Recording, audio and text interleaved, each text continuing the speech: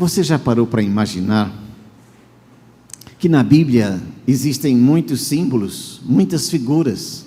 O livro de Apocalipse, por exemplo, é um livro cheio de figuras e muitos acham de difícil interpretação, porque são figuras muitas vezes conhecidas apenas do primeiro século.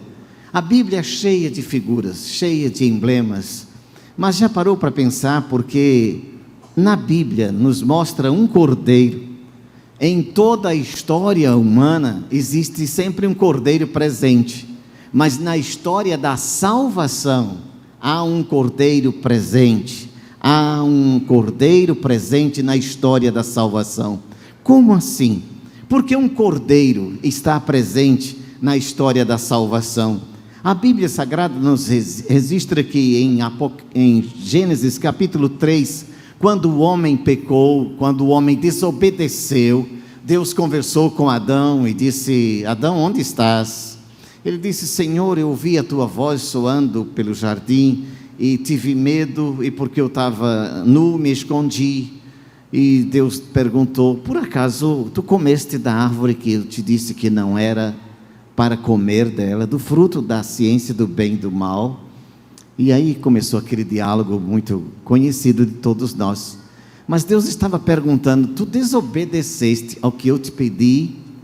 Se você abrir a sua Bíblia depois para ler, lá em Ezequiel capítulo 28, ou em Isaías capítulo 14, ali está a história de onde começou o pecado. A Bíblia diz em 1 João capítulo 3, versículo 4, que pecado é transgressão da lei, é a quebra de regras, é a quebra de uma lei.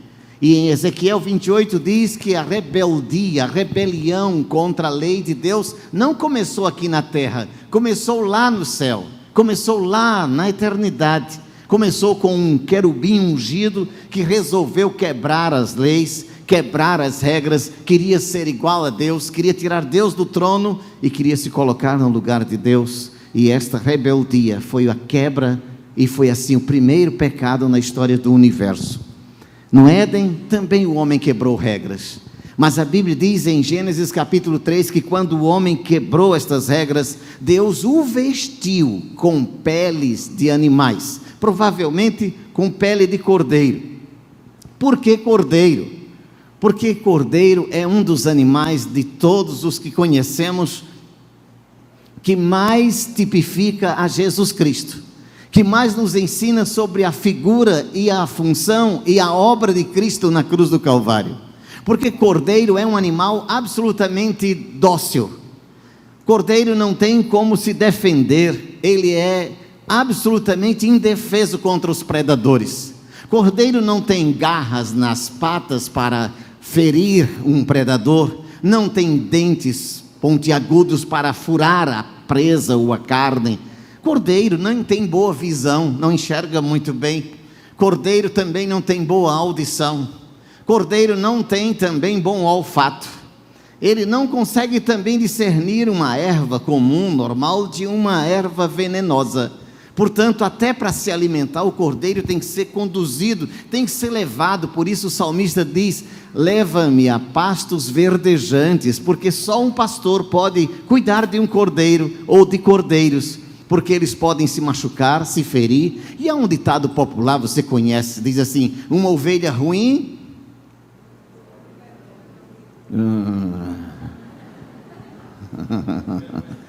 uma ovelha ruim bota o rebanho a perder. Outra vez, uma ovelha ruim bota o rebanho a perder. Por quê? Porque a ovelha é assim, quando uma cai no buraco, as outras todas caem juntas, seguem umas às outras, sem nem discutir, porque cordeiro é símbolo de obediência.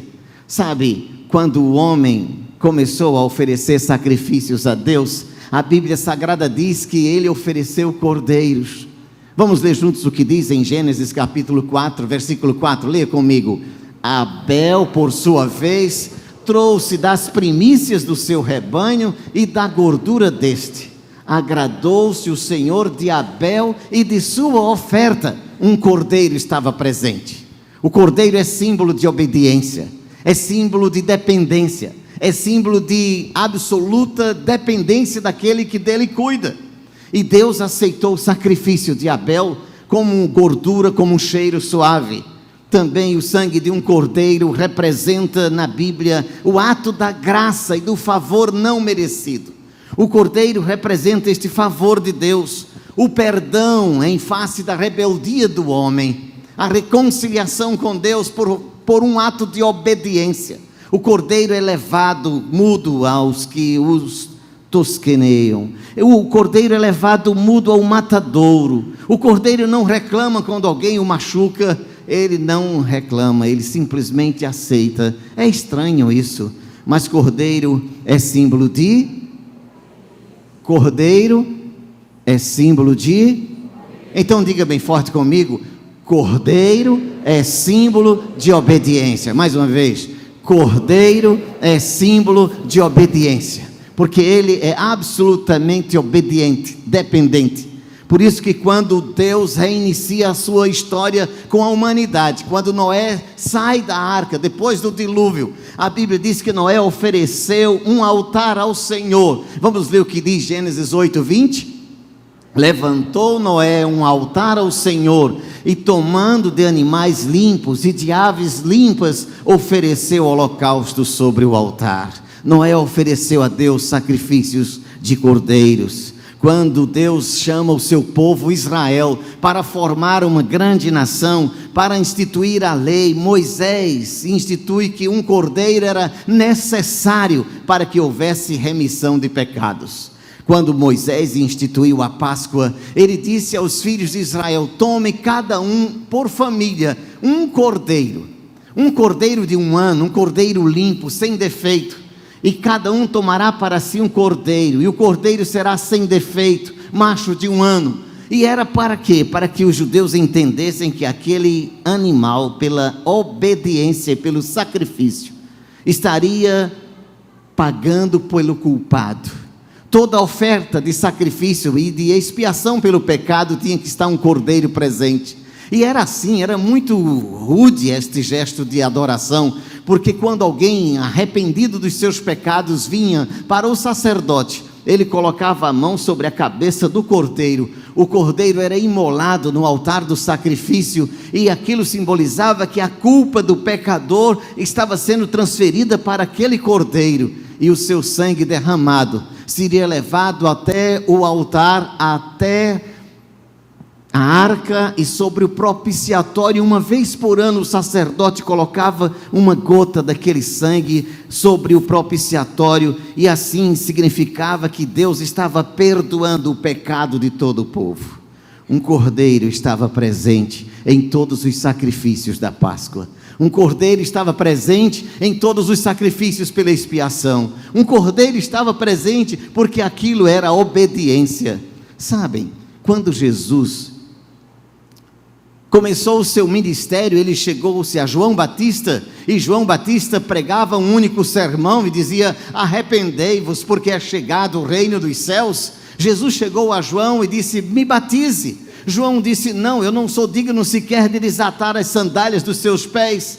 Mas quando João acolheu a Jesus, quando viu Jesus chegando para ele, João olhou para todos e disse: eis aí o Cordeiro de Deus, o Cordeiro de Deus que tira o pecado do mundo. João Batista acolheu Jesus como sendo o Cordeiro de Deus. E Jesus exerceu o seu ministério aqui na terra durante 3 anos, demonstrando que é possível obedecer, que mesmo que a rebeldia humana, por causa do pecado, por causa da rebelião, por causa do egoísmo, Jesus Cristo demonstrou que é possível obedecer, e na obediência ele era um cordeiro, e na obediência ele estava totalmente rendido ao Pai para fazer a vontade do Pai. E na obediência Jesus demonstrou, e disse isso em João capítulo 17, quando ele ora pelos discípulos. Ele diz: Senhor, graças te dou, ó Pai, porque tudo quanto tu me disseste para fazer eu fiz, e tudo quanto me disseste para dizer eu disse. Jesus era o Cordeiro de Deus, e Jesus Cristo prova que amor é obediência. Por isso Jesus diz no Evangelho de João, Jesus afirma: aquele que tem os meus mandamentos e os guarda e os obedece, esse é o que me ama. Portanto, amar é obediência. Amar é obediência. E o cordeiro é símbolo de obediência, porque ele demonstra, sim, o amor, o apego, o afeto para aquele que cuida dele. Jesus é o exemplo de prova de amor, e que amor é simplesmente obediência. Por isso que quando ele foi levado à cruz do Calvário, antes mesmo de ser preso, Jesus estava no Getsemane, ali em profunda agonia, em profunda angústia, e ele disse a Deus: Pai, a minha alma se angustia até a morte. A minha alma está angustiada até a morte, e eu não aguento isto, mas eu te peço, passa de mim esse cálice sem que eu beba, mas faça-se a tua vontade. Ali era a demonstração de obediência. Ele dizia: Senhor Deus, Pai meu, eu não quero passar por isso, eu estou angustiado, eu não sei como é a morte, mas não quero que se faça a minha vontade. Por minha vontade eu só te peço, passa de mim esse cálice sem que eu beba, mas faça-se a tua vontade. E foi ali naquela entrega absoluta que Jesus nos ensinou qual é o segredo do poder. O segredo do poder não está na força, o segredo do poder não está na explosão, o segredo do poder não está na destruição, o segredo do poder está na obediência. É por isso que Jesus, depois de ressuscitado, disse: todo o poder me foi dado no céu e na terra. Na cruz ele se entrega, na cruz ele se doa, na cruz ele renuncia, na cruz ele diz: Pai, está doendo, mas perdoa-lhes porque eles não sabem o que fazem. Na cruz do Calvário, Jesus era o cordeiro absolutamente entregue, absolutamente despojado de qualquer força pessoal. Mas nesta entrega, ele demonstrou ao mundo inteiro que a obediência é o segredo de uma vida bem-sucedida. Porque a desobediência foi a causa da queda, desde Lúcifer, desde Adão lá no Éden, desde o povo que se rebela durante toda a história de Israel. E mesmo assim a palavra de Deus nos confirma em Isaías capítulo 59, 1 e 2, diz que Deus não está com o seu ouvido agravado, nem a sua mão encolhida para que não possa ouvir, mas são os nossos pecados que causam separação entre nós e Deus. A nossa rebeldia nos separa de Deus, é a morte por causa da falta de comunhão. E Jesus, na entrega, demonstra que é a obediência que restaura a comunhão com Deus. Porque quando Jesus foi morto, parece que tudo havia terminado. Parece que a morte finalmente havia vencido. Parece que os judeus, os sacerdotes haviam vencido.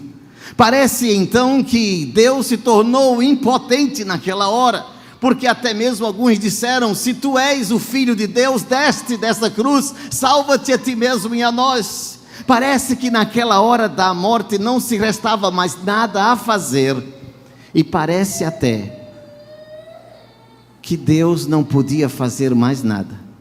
O Todo-Poderoso parece que ficou impotente na hora da morte. Mas não era impotência, era puro amor, por mim e por você. Ele poderia ter tirado a sua mão da cruz, ele poderia ter exterminado os soldados, ele poderia ter exterminado aqueles que o acusavam, mas ele se manteve ali na cruz em obediência ao Pai, porque ele recebeu sobre si o castigo de todos nós. A palavra de Deus diz que ele tomou sobre si as nossas dores, as nossas enfermidades, e o castigo que nos traz a paz estava sobre ele, e pelas suas pisaduras fomos sarados.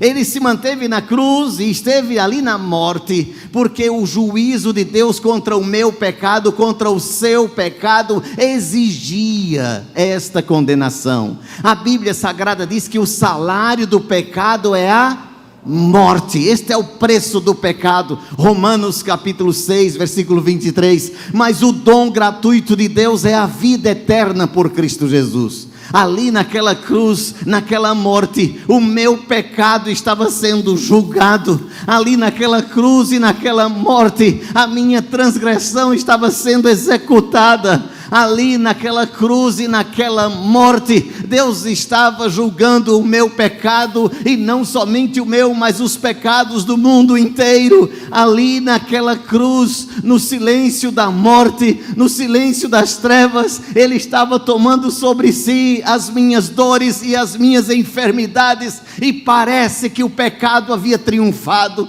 parece que a morte havia triunfado, mas isto não terminou assim, porque ao terceiro dia alguma coisa aconteceu.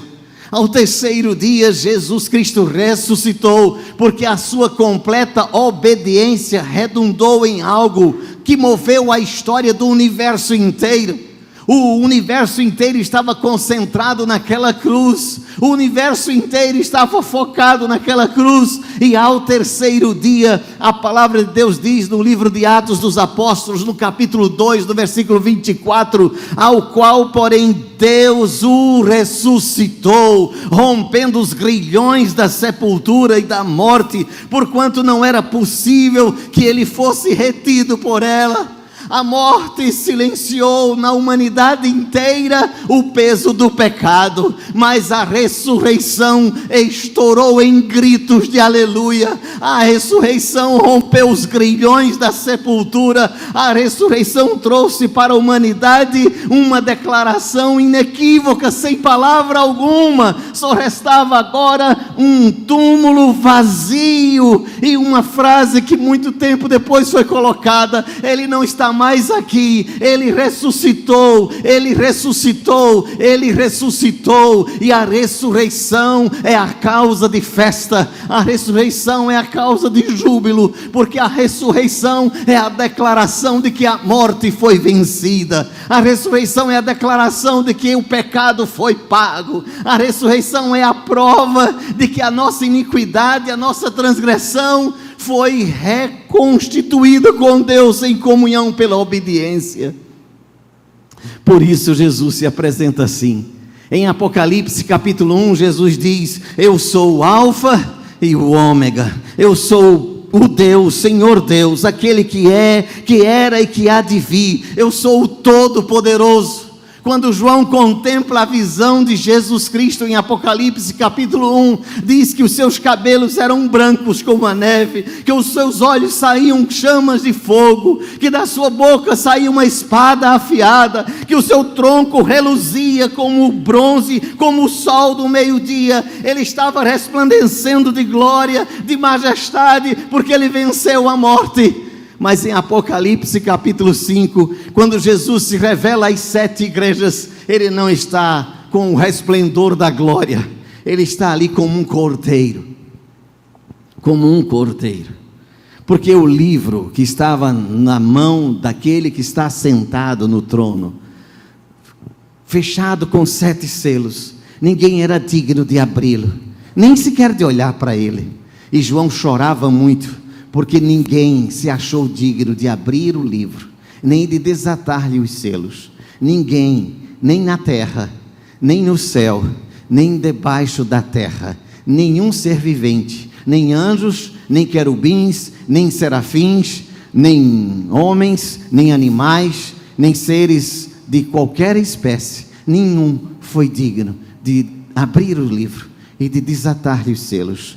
Mas quando João chorava, um ancião chegou a ele e disse: não chores, porque um cordeiro estava ali vencendo, estava no trono, no meio do trono, entre os anciãos surgiu um cordeiro, como tendo sido morto. Ele tinha 7 chifres, que são os 7 Espíritos de Deus, e este cordeiro, ele se tornou digno de receber toda a honra, toda a glória, toda a força, todo o poder. Sabe por quê, filho? Porque até no desenrolar da história humana e no desenrolar da história do universo, o Cordeiro começou lá no Éden e terminou nos céus. A obediência que Jesus demonstrou na cruz reparou a desobediência que foi feita lá no Éden, e reparou a desobediência que foi feita lá nos céus, e voltou a restaurar todas as coisas. Por isso, digno de glória, digno de honra, digno de louvor, é o Cordeiro de Deus. E por que eu estou te dizendo isso? Porque se tu queres ter vitória na tua vida, se tu queres vencer o pecado, não é fazendo força, nem jejuns, nem promessas. Se tu queres ter uma vida vitoriosa, volta-te para a obediência à palavra de Deus, porque é a obediência o segredo da vitória. A palavra de Deus diz em Filipenses capítulo 2, versículos de 5 a 11, que haja em vós o mesmo sentimento que houve também em Cristo Jesus, que sendo em forma de Deus, não teve por usurpação ser igual a Deus, mas aniquilou-se a si mesmo, tomando a forma de servo, e foi obediente até a morte, e morte de cruz, pelo que Deus o exaltou soberanamente, e lhe deu um nome que está acima de todo nome, para que ao nome de Jesus se dobre todo o joelho, dos que estão nos céus, na terra e debaixo da terra, e toda língua confesse que Jesus Cristo é o Senhor, para a glória de Deus Pai. Ele venceu pela obediência. Ele é digno de honra, glória e louvor pela obediência. Se tu queres vitória na tua vida, conversa com Deus e diz: Senhor, ajuda-me a ser obediente à tua palavra, ajuda-me a ser obediente às leis, às regras, aos mandamentos, ajuda-me a ser obediente, a respeitar o meu próximo, a respeitar o meu semelhante, a respeitar a minha família, a respeitar os meus filhos, a respeitar os meus acordos, que eu seja obediente, porque o Cordeiro de Deus foi obediente, e pela obediência ele foi elevado às alturas. Ele é digno de glória. Portanto, olha para Jesus e vê que o Cordeiro é símbolo de obediência, e na obediência ele foi elevado às alturas e foi colocado acima de todo nome, para que ao nome de Jesus se dobre todo o joelho dos que estão nos céus, na terra e debaixo da terra.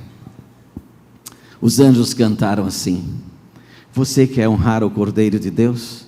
Quer glorificar a Ele? Reconhece que Ele é Senhor, porque Ele obedeceu. Ele está elevado às alturas, porque foi capaz de descer ao mais profundo. Ele fez isso por mim e por você. Portanto, Ele é digno de honra, de glória, de força, de poder. E eu quero convidar você a adorar ao Cordeiro de Deus, ao Cordeiro que venceu a morte pela obediência, ao Cordeiro que venceu, porque Ele é digno de receber toda a honra, toda a glória, todo o louvor. Vamos ficar em pé e vamos adorar ao nome do Senhor.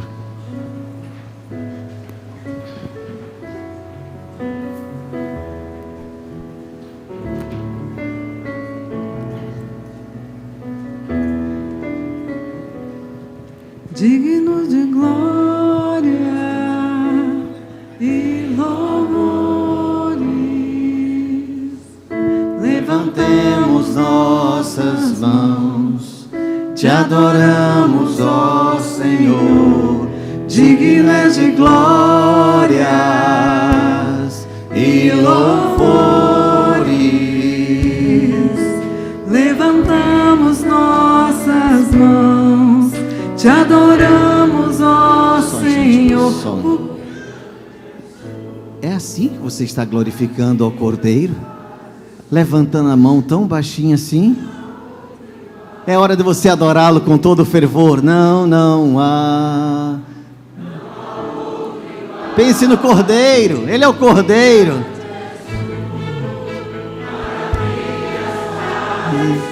Vamos adorá-lo agora com todo o fervor da nossa alma, com todo o nosso coração. Adorar ao Cordeiro de Deus, a Jesus. Comece agora. Digno és de glória, Pense somente nele. e louvores. Agora Levantamos nossas mãos, te adoramos, ó Senhor. Digno és de glória, isto e louvores. Adore a Ele. Levantamos nossas mãos, te adoramos Com todo o fervor do coração. grande és tu, maravilhas fazes tu, não há outro igual a ti, não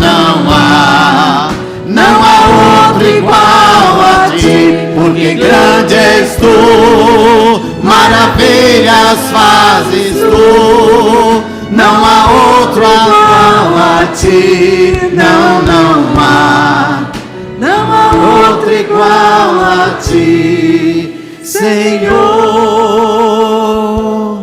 Oh Jesus, recebe a nossa adoração e o nosso louvor nesta noite, porque tu venceste a morte, tu venceste, tu rompeste os grilhões da sepultura, tu te tornaste digno de receber toda a honra, toda a glória e todo o louvor. E o teu povo aqui nesta noite, Senhor, te exalta, a tua igreja te glorifica, a tua igreja te conclama e te eleva nas alturas, porque os anjos de Deus dizem que o Cordeiro de Deus é digno, e nós nesta noite queremos te dizer que tu és digno de receber toda a honra, toda a glória e todo o louvor. E vamos louvar ao Senhor mais uma vez com esta canção, dizendo assim: digno és de glória. Coloque todo o seu coração nisso. Adore ao Senhor Jesus assim. Levantamos nossas mãos. Ele é digno de você fazer isso. É digno de você adorá-lo com todo o coração. A Ele toda a glória e louvores. Levantamos nossas mãos.